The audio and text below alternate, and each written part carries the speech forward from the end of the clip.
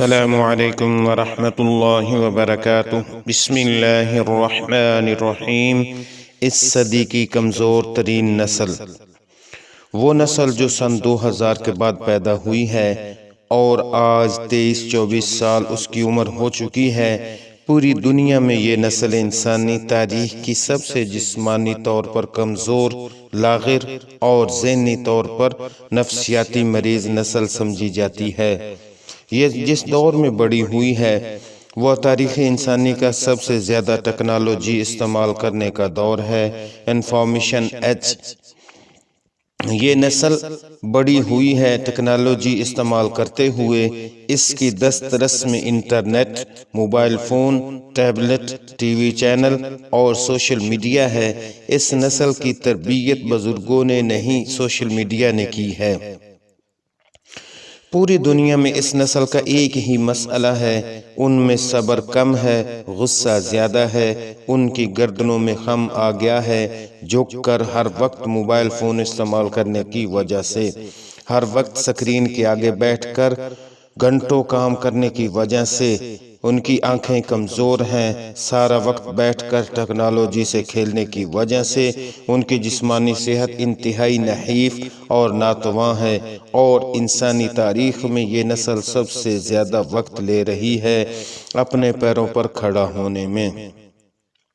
مغربی دنیا میں لاکھوں نوجوان زی جنریشن کہ اب واپس اپنے ماں باپ کے گھر لوٹ رہے ہیں، کیونکہ وہ باہر کی دنیا میں گزارا ہی نہیں کر سکتے۔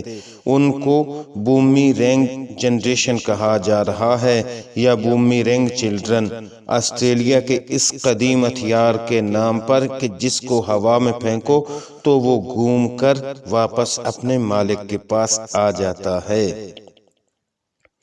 پاکستان میں آپ ان کو ٹک ٹاک جنریشن کہہ سکتے ہیں، اور کسی پاکستانی کو یہ بتانے کی ضرورت نہیں ہے کہ اس جنریشن کا کیا حال ہے، کیا ان کے اخلاق ہیں، کیا ان کی تعلیم ہے، کیا ان کی تہذیب ہے، کیا ان کی زبان ہے، کیا ان کی تربیت ہے، اور کیا تاریخ ان کا مستقبل ہے۔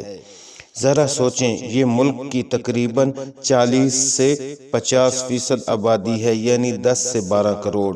سوچیں اگر پاکستان کو غزہ، عراق، شام، لیبیا یا یمن جیسی آزمائش کا سامنا کرنا پڑا تو اس نسل کا کیا حال ہوگا۔ یہ لکڑی سے آگ نہیں جلا سکتے، ان کو نقشہ دیکھ کر مشرق اور مغرب کا علم نہیں ہے، ہتھیاروں کا استعمال اور سروائیول تو چھوڑ ہی دیں، یہ دھوپ میں آدھا گھنٹہ نہیں کھڑے رہ سکتے، نہ 5 کلومیٹر پیدل چل سکتے ہیں۔ یہ نسل نہ جسمانی سختیاں برداشت کر سکتی ہے، نہ نفسیاتی سختیاں۔ اس لیے معاشرے میں سب سے زیادہ شادیاں اسی نسل کی فیل ہو رہی ہیں، کیونکہ ان کو رشتوں کو نبھانا ہی نہیں آتا، چھوٹے بڑوں سے بات کرنے کا سلیقہ نہیں ہے، معاملات کو سلجھانے کا صبر نہیں ہے۔ آج آپ ویڈیو گیم کھیلتے کسی بچے کا نیٹ بند کر دیں، پھر دیکھیں کہ اس میں کس طرح جن گھستا ہے۔ چھوٹے چھوٹے بچوں نے اپنے پورے خاندان قتل کر دیے صرف اس انٹرنیٹ بند ہونے پہ۔ اور آپ کو ایک کمال کی بات بتائیں، غزہ میں جو مجاہدین اس وقت مشرق وسطی کی اتنی بڑی طاقت اور پوری دنیا کی طاقتوں کو ناکو چنے چبوا رہے ہیں، ان کا تعلق بھی جنریشن زی سے ہے۔ مگر غزہ والی وہ نسل جو آگ اور خون کی بھٹی میں پک کر جوان ہوئی ہے، جس کی راتیں ایک راہب کی طرح اور جن کے دن ایک شاہ سوار کی طرح ہوتے ہیں، جو صرف اس لیے زندگی گزارتے ہیں کہ مسجد اقصی کو یہودیوں سے آزاد کرا سکیں۔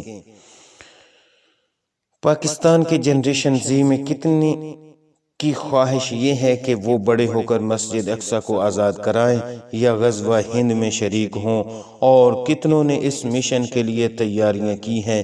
اس سوال کا جواب اتنا تکلیف دہ اور خوفناک ہے کہ انسان کو ڈر لگنے لگتا ہے۔ جو نسل نہ اپنے کسی کام کی ہو، نہ پاکستان کے کسی کام کی، نہ سید رسول اللہ صلی اللہ علیہ وسلم کی امت کے کسی کام کی، پھر اللہ اس نسل کو کیوں رکھے گا؟ یا اگر اس نسل سے کام لینا چاہتا ہے، پھر اس کو آگ اور خون کی بھٹی میں سے گزارے گا۔ تاکہ یہ کندن بن سکے۔ موجودہ حالت میں تو یہ پاکستانی قوم اور اس کی نوجوان نسل کسی کام کی نہیں ہے۔ اللہ تعالیٰ بلا وجہ کسی قوم کو تبدیل کر کے اس کی جگہ دوسری قوم میں نہیں لاتا۔